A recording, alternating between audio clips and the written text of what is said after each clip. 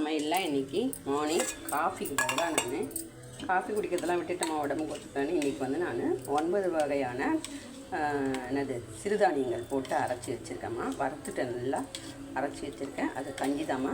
கொஞ்சம் சர்க்கரையும் லைட்டாக கொஞ்சம் உப்பும் போட்டு பால் ஊற்றியாச்சுமா. இந்த கஞ்சிதாம்மா.